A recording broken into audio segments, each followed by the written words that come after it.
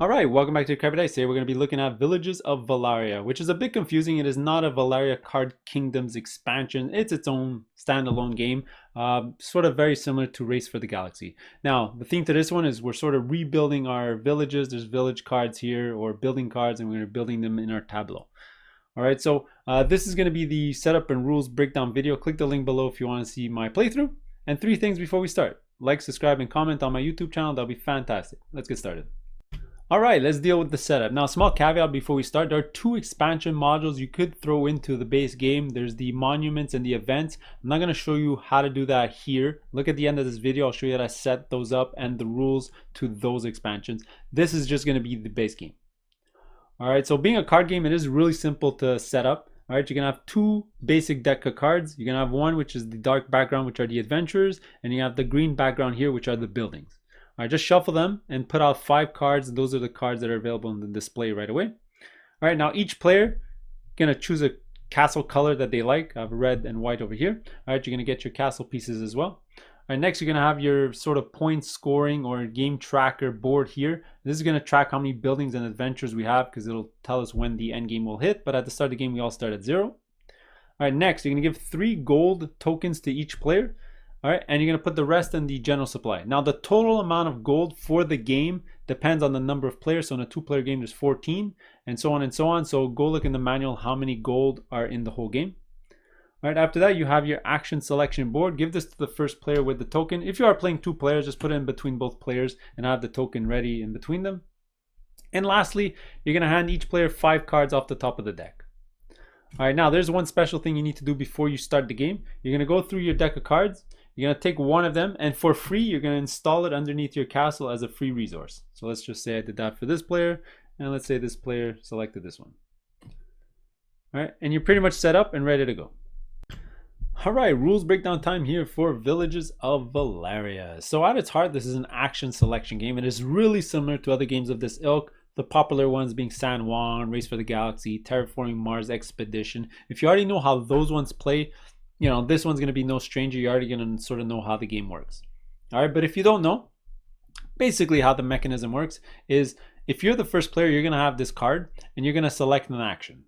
Now, the action you select, you're going to sort of get a better version of that action. And then every other player in turn order can follow that action by performing it, but at a lesser or crappier version of that action. All right, and then everyone's done their action. You're going to pass the card. So the first player is going to go on to the next player.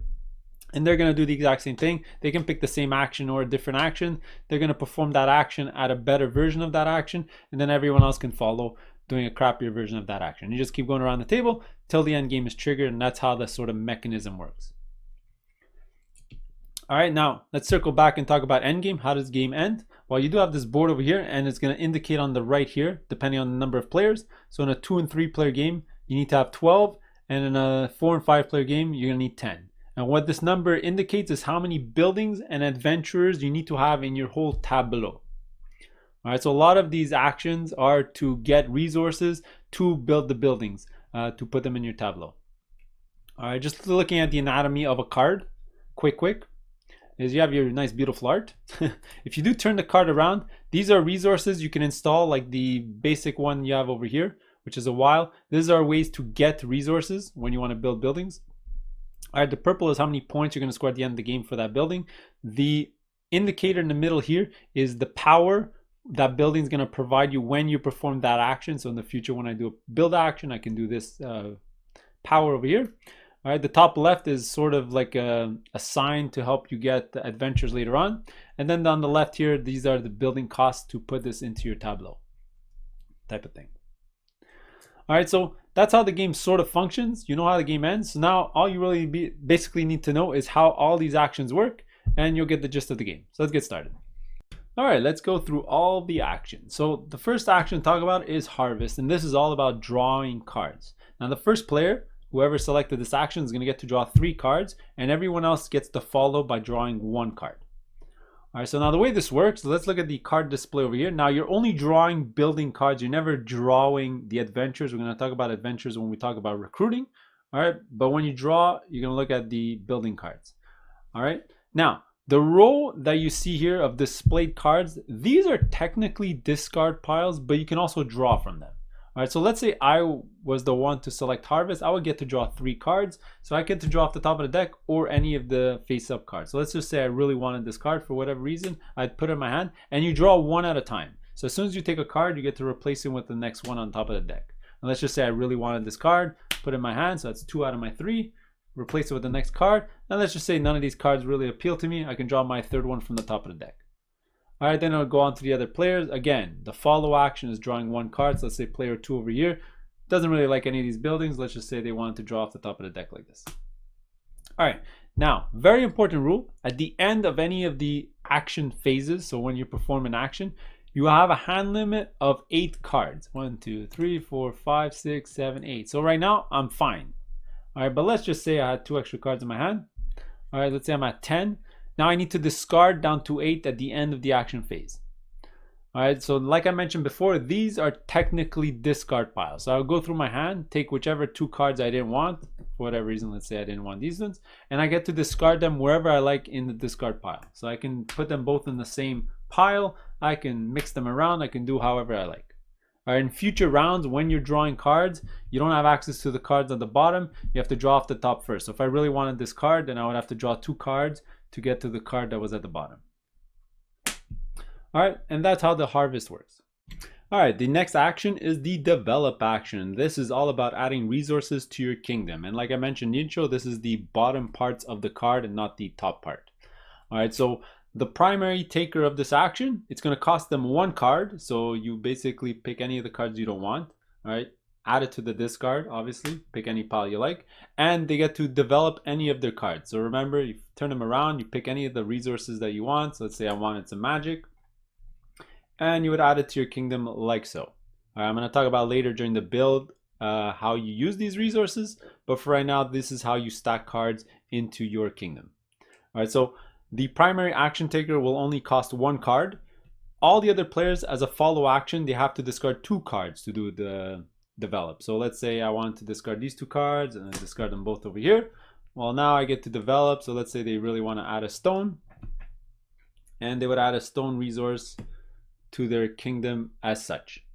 All right, when you're all done that, well, then you're done this action.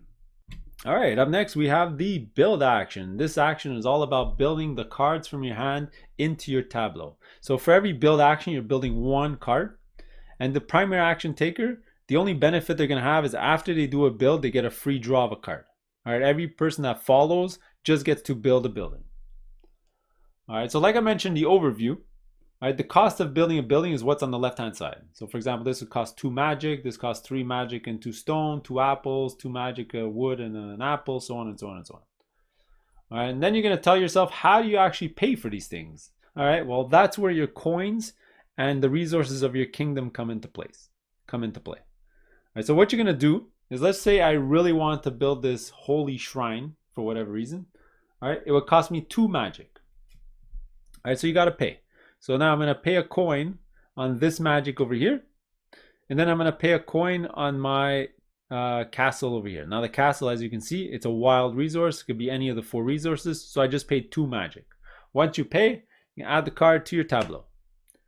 All right, if there's a lightning bolt symbol, it means a one-time benefit. As soon as you build it, you get to activate it. So this one's just draw a card. So let's say I really wanted draw off the top of the deck for whatever reason. All right, and that's it. Now the other types of cards you'll be building, all right, there's action types here. So in the future, whenever you're performing that action, you're going to get a benefit. So here's a develop, I get a free draw of a card. When you build these are end game scoring cards. Here you'll score a point for each of these symbols in your tableau, so on and so on. This is whenever you do a build, you'll get a coin. It doesn't count for the current build. So if you build this, you don't activate the power. It's all future builds, all right, for example. And there you go. I built the building. All right, I got my card from the benefit, and because I was the primary action taker, I get to draw another card. All right, and then every other player can follow by playing by building a building. So let's go to my buddy here, and I'm going to show you with another example. All right, so this player 2 over here wants to do a build, and what they're going to want to do is build the keep. All right, you can ask yourself, well, they don't have the resources requirement for the keep. Well, that's because you can actually pay your opponents to use their resources. All right, so this keep is going to cost 2 apples and 2 stone. All right, and they see that I have a stone available. So what they can do is do apple, use an apple on the wild card, all right, pay their own stone, and then pay me to use my stone. All right, and that was paying for the keep. Then they would get to add this to their tableau. All right, this one says every other player has to give you a card. All right, type of thing. All right, and that's how you build your cards into your tableau. All right, whenever somebody builds a building or recruits, I'm going to talk about recruiting later, they're also going to move up on the track.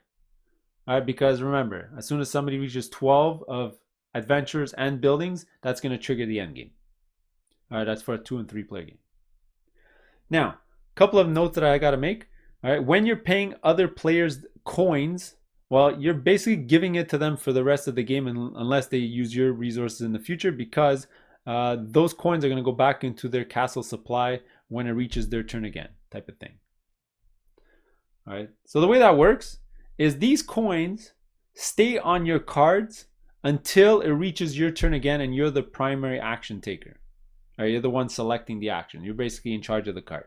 All right, when that happens, so let's say they were the one doing the build, now it's going to jump over to player 2. What they get to do is they get to return all their coins back onto their card. All right, so basically if you paid coins to other players, well, you're losing those coins. You're going to have to do a tax action or maybe a different action to regain coins. All right, and then they would do an action, they would follow, and then it would jump back over to this player where they would finally add these coins back to their general supply.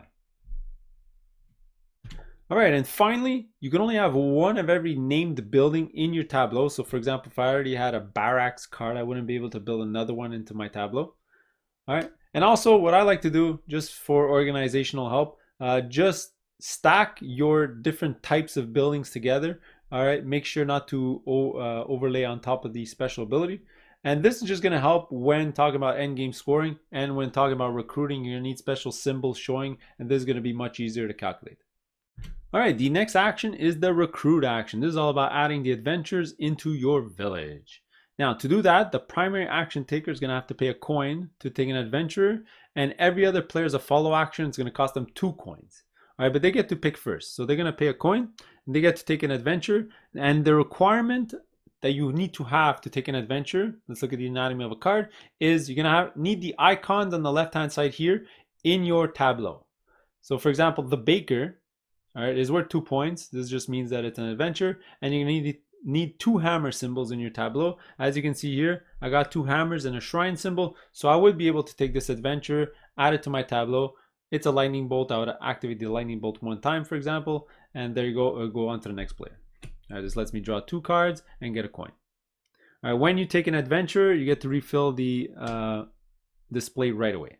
All right, then it goes to all the other players, and like I mentioned, it costs them 2 coins now to take a character. So they would take 2 coins, and they would take one of the adventures. So right now they have 2 helmets, 2 hammers, and 2 of these symbols here. Looking at this display, the only ones they can actually take are this one and this one. So let's just say they wanted this character over here. They meet the requirement, and they would add it to their tableau. All right, just like buildings, a lot of these characters, they can either be activated by actions, they can be one-time abilities with a lightning bolts, or they can even be end game scoring. So for example, this one's going to score you an extra point for whatever reason. All right, just like the buildings, don't forget, whenever you hire an adventure, you're also going to go up on the track over here, because remember, the end game is both adventures and buildings equal to the number. All right, the last action is the tax action. And for this one, the primary action taker is going to take a coin from the general supply, add it to their castle, and then draw a card. So let's say they wanted this card, let's put it to their hand. And every other player as a follow action just gets to draw 1 card. So let's say the player over here just wants this card over here, adds it to their hand, and there you go, we're done. Pretty easy action to talk about. All right, that's pretty much all the rules of the game. So we talked about all the actions. So now when somebody's tableau fills up to the requirement, so let's say this player here got to 12 buildings and adventures, you're going to finish that round of action. So let's say they were the primary action taker, everyone else is still going to get to do the follow action. All right, and then the end game is going to get triggered because somebody reached the required number of buildings. All right, when that happens, you're going to go to end game scoring. So you're going to basically score 3 things. All right, first, you're going to go through all your buildings and score the purple number in the top right. All right, second, you're going to go through all your buildings, and if you have buildings or adventures that have scoring for end game purposes, so for example, here you score a point for every gold. for example, with a max of 6. You're going to score that, so that's number 2. And finally, you're going to score for each gold you have left in your tableau, all right, or in your castle and resources. All right, so that's 3. You're going to add up all those 3 together. Whoever has the most is going to win the game. All right, so those are all the rules to Villages of Valeria. Click on the link below if you want to see my playthrough. We'll see you in the next one. Later. All right, so now let's talk about the setup and rules to the Monuments sort of expansion slash module that you can throw into the base game to add a bit of variety. All right, so the Monuments are the cards that look like this on the back. All right, now to set this game up is you're going to pretty much set it up exactly like the Adventures. You're going to flip over 5 cards and add the deck to the left-hand side. All right, now when playing with this module, during the develop, the build, and the recruit, you're going to have additional options that you can do. All right, so first let's talk about the recruit.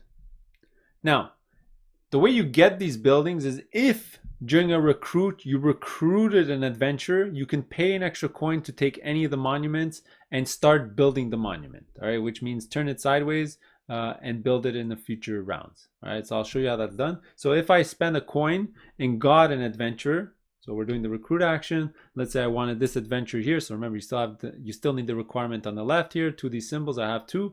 Add it to my tableau. And now I can pay an extra coin to take one of the monuments. So let's just say for whatever reason, I wanted this one over here. All right, now when you take a monument from the display, it's going to be incomplete. So you're going to turn it and you're going to add it to your display.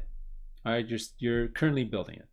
Now, very important rule, you can only have 1 incomplete monument in your tableau at any point in time. So in the future, I can't recruit another one because I'm already building one. All right, and you're going to refill the tableau for the next player. And as a follow action, let's say player 2 over here also wants to do a recruit. Well, they're going to pay 2 coins to recruit a character. All right, now because they recruit a character, they can pay a coin to take on the monument of their choice. Let's say they really wanted this one. Turn it 90 degrees and add it to their tableau. All right, so that's how you get a card. All right, now in the future, when you're doing a develop action, what you can do is you can take a card from your hand and develop your monument instead of adding it to your castle. So what you're going to do is you're going to look at the bottom over here. So this one needs food, 2 wood, a stone, and magic. So what I can do is, let's say I don't want this card anymore. I can develop this one underneath my monument. Now, when you're doing it for your monument, you do not need to discard a card like you would when adding it to your castle, or even 2 cards. All right, and then every other player can follow. So let's say they want to put this card underneath like this. All right, these cards underneath the monuments are going to help when trying to build these. These automatically count as the requirement of the card. All right, and finally, let's talk about the build. And as you can already see, is when you're building, you're going to do 2 things. You're going to add up everything below the card, everything that you've developed, plus you get to pay whatever you like the rest of what's on the card, just like you would a regular building. All right, so let's say for example, I'm going to need a lot more resource cards here, but let's say I had these 4 cards underneath this building here, and then I would do a build action. So right now it's only missing 1 wood and 1 magic, so I would be able to do 1 wood, 1 magic. I would get to build this monument. So what you do is when you build a monument, you turn it 90 degrees. I've built it. Every card that's underneath now gets discarded into discard piles. Let's say I put them all over here for whatever reason. And then in the future, when doing a recruit, well, now I would be able to get another monument because I had completed this one. Now all these monuments, they're just a lot of points, all the cards. All right. And their symbols count if you want to recruit, and for endgame scoring cards if you have a card for that type of symbol. Lastly, monuments do not count towards the total you're trying to achieve for endgame scoring. You only count buildings and adventures and not monuments. All right, and lastly, let's talk about the setup and the rules to the events module that you can throw into the base game. All right, so for setup, what you're going to do is you're going to set the game up just like you would the base game. All right, and then what you're going to do is you have 12 event cards. You can either pick the 4 that you want to play with or play randomly. So what I like to do is just play randomly. So you can take 4 of these event cards. All right, then you're going to take 12 cards off the top of the deck. 3, 4, 5, 6, 7, 8, 9, 10, 11, 12. All right, set those aside for now. You're going to shuffle, give it a good shuffle, these 4 event cards into the big deck of cards. All right. Give it a good shuffle. All right, when you're done shuffling, add the 12 cards back on top, and then you're ready to go. That's the setup. As you can imagine, the rules are when you're drawing cards off the top and you hit an event card, all right, you're going to tell it it's an event card because it's not a building, you can't build it. All right, you're going to lay it to the side and you're going to replace that card. Obviously, it doesn't count as a building that you're drawing. Let's say you're drawing off the top of the deck. All right, if you do flip it over as a displayed card, you're also going to discard it to the side and replace it from the top of the deck. All right, when you're done, everyone's done drawing. At the end of the basic action phase, you're going to activate the event and do what it says. Most of the time, it's the person with the most of something or the least of something is going to have to pay something or get some benefit, so on and so on and so on. Some of them are good for you, some of them are bad for you. All right, in case of a tie, let's say the person with the most X, you're all going to benefit or lose that object. Same thing for the least, whoever has the least, so on and so on. And you just play the game as usual. These just add a bit of random chaos that can happen while you're playing.